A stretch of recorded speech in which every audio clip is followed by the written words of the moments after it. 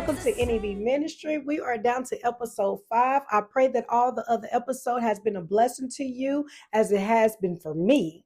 So let's talk about it. Gateways to access point. What you allow, you authorize. Every spirit needs two things. What are those two things?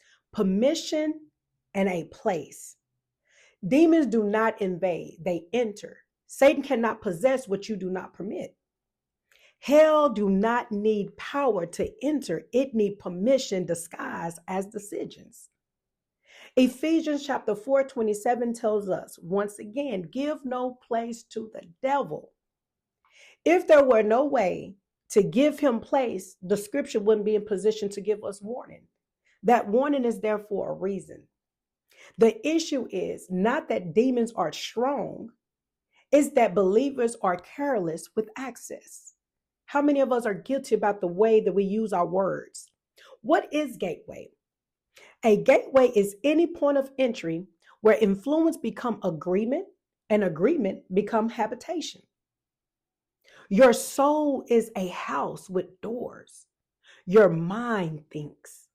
Your will choices. Your emotions react. Every decision either opens a door or secure it. Demons do not need a bedroom. They need behavior. They occupy the space your choices create. I want you to think about that. Here's an example. A hotel doesn't own you, but if you pay for a room, you get access. Demons don't own humans, but sin, fear, trauma, rebellion, and agreement creates spiritual receipt that gives them legal access. But I want to talk about the 5 main gateways. Each of these is a spiritual door. I will give you the gateway, scripture, and an example so even a teenager can understand this. So the first one is the eye gate, what you watch. Matthew chapter 6:22 tells us the eyes is the lamp of the body. Your eyes are not sensor, they are portals. Example, you can spend 1 hour in church and 3 hours watching murder, witchcraft, lust, or revenge on Netflix, then wonder why your spirit is restless. You didn't watch a show, you hosted a spirit. Entertainment is the Trojan horse of the generation. The second point to this is the ear gate, what you listen to. Romans 10, verse 17, faith comes by hearing. If faith comes by hearing, so does fear, so does lust, so does doubt. Music is not just a sound. It is the transportation. It moves mood, spirits, and appetite.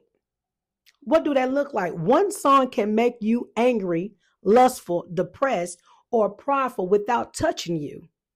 That's a gate. You're not vibing, you're agreeing.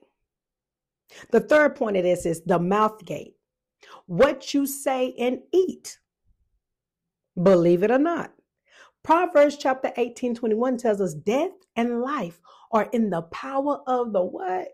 The tongue. Your words are the key. Every declaration is a yes or a no in the spirit realm. The enemy doesn't need to destroy you if he can get you to say, I can't take this. I'll never be enough. I'm just like my daddy. This ruined in our family, or this runs in our family. Your tongue becomes the pen that writes the enemy's prophecy over your life. What that look like? You can't rebuke demons while repeating their script. Think about that. You can't say I'm broken and expect wholeness to take place. The fourth point is the emotional gate. Unresolved feelings. Hebrews chapter 12, verses 15, a root of bitterness. Bitterness is not an emotion. It is a spirit with a key ring. Unforgiveness is a doorway. Anger is a doorway. Rejection is a doorway. What that look like? You didn't wake up angry at everyone. Something entered through an unresolved wound years ago and stayed because pain became agreement. The devil doesn't need storms, he just needs seeds. My fifth point is the touch relationship gate. People. 1 Corinthians chapter 15, verse 33. Bad company corrupts good character. People are spiritual climates. You do not just meet humans, you encounter hosts. Let me break this down. You can feel fine until someone calls you, texts you, or walk into the room, and suddenly your peace leaves. Your hunger for holiness dims. Your thoughts shift. That wasn't a person, that was a portal. Relationships are bridges. They connect spirits. Why God allow gates? Well, let me explain to you. Gates reveal governance. If God removed gates, he would remove your ability to choose him. Your gates determine your guardianship. The enemy can tempt you, but you, only you, can authorize him. The final revelation to this whole series is you are not waiting on deliverance. Deliverance is waiting on your decision. What you allow, you authorize. What you tolerate, you transfer. What you open, you occupy. Revelation chapter 3, verse 20 tells us, Jesus stands at the door and knock, so does the enemy. The difference is Jesus wait for invitation. Guess what? Satan waiting for neglect. Close the door. Guard the gates. Your freedom is in your filters. Episode 6 is coming next, and I hope you stay in tune.